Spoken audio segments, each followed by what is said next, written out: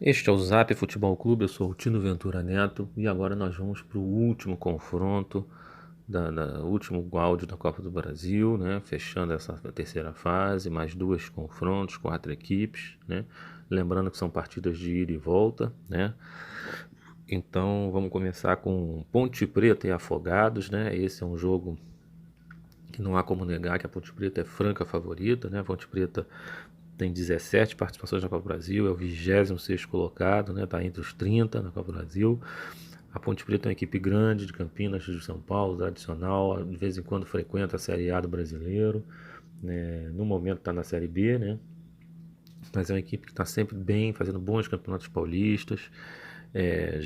Nesse ano, nessa edição da Copa do Brasil, sua trajetória, eliminou o Novo Hamburgo na primeira rodada fora de casa, que foi um confronto, uma certa dificuldade, mas a Ponte Preta se impôs, conseguiu eliminar um time difícil do Sul.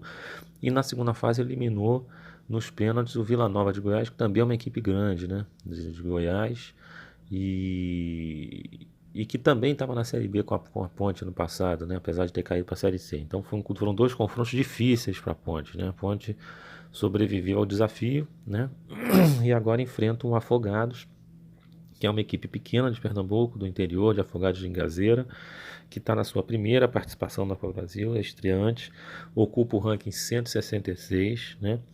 E conseguiu eliminar o Atlético Acreano na primeira fase, né? Num confronto que era bem possível, né? O Afogados tinha mais rodagem, né? Que o futebol acreano ainda engatinha, ainda tem muito a crescer. Mas na segunda fase o Afogados promoveu a grande surpresa até agora da competição desse ano, que foi a eliminação do Atlético Mineiro, né? Lá dentro do estádiozinho de Pernambuco, lá acanhado, com toda a dificuldade, aquele futebol raiz, né?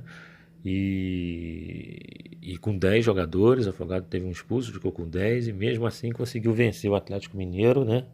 De virada, 2-1, eliminou um gigante do futebol brasileiro, gerou uma crise, caiu o treinador do Galo, né? Inclusive, no pós-jogo, né? Então o Afogados já promoveu o seu brilho nessa competição, né? Não acredito que passe pela Ponte Preta, não, ainda mais está considerando que nessa terceira fase são dois jogos, né? O primeiro jogo é em Campinas, então a Ponte Preta tem que abrir uma boa vantagem e com a vantagem confortável para suportar o desgaste de uma viagem, a logística para chegar lá em Afogados é complicada, né? Cansativa, e também a pressão da torcida, o estádio acanhado, as condições ruins de iluminação, de qualidade do tapete, enfim. Então é bom a Ponte Preta garantir o resultado para no segunda partida que vai ser lá dentro do interior de Pernambuco administrar com a sua competência e experiência para chegar às oitavas. E por fim, o último confronto, que aí já é um confronto, talvez seja o confronto mais forte dessa terceira fase, que envolve o Vasco com o Goiás, né? Aqui são duas equipes tradicionais, as duas da Série A, duas equipes grandes nos seus cenários locais.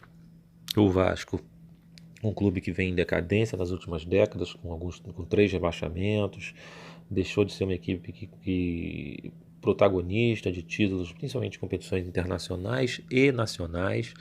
O Vasco até em Carioca vem tendo participações pálidas, vive um momento muito difícil político e financeiro, tem um treinador muito discutível, que parece um ex-treinador em atividade, que é o Abel, não consegue mais dar liga em nenhum clube que passa nos últimos anos, vem muito mal o Abel, né? O Vasco é um que tem um título, né, de Copa do Brasil, é o terceiro do ranking, 30 participações, né?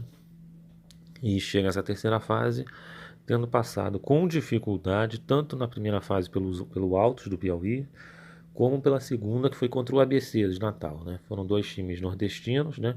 E o Vasco enfrentou muita dificuldade. Chegou aqui, Deus sabe como, né? E agora pega um desafio gigante, né? No momento que o Vasco está com dificuldade, não é bom negócio enfrentar o Goiás, né? O Goiás é uma equipe muito tradicional em Copa do Brasil, são 28 participações, é o 11º colocado, quase está no top 10, né? Já foi vice-campeão uma vez, quando perdeu para o Flamengo na segunda edição, em 1990.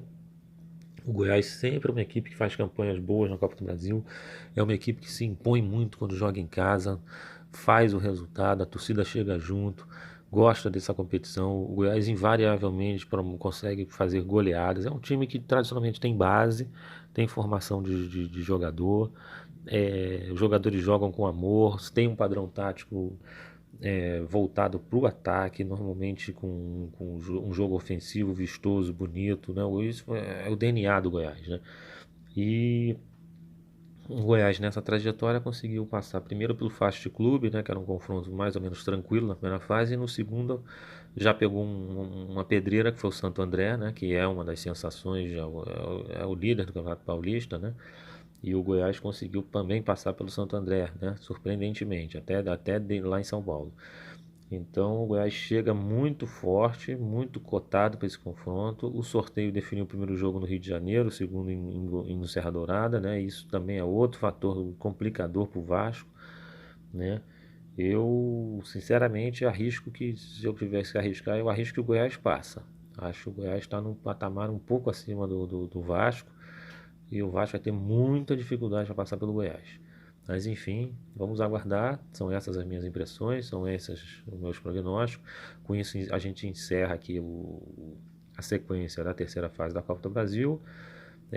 Vamos aguardar a conclusão, o sorteio das oitavas, para a gente prosseguir nas análises da fase seguinte. São essas as minhas avaliações. Vão lá, deixem sua opinião, o que vocês acham. Até a próxima, galera. Forte abraço.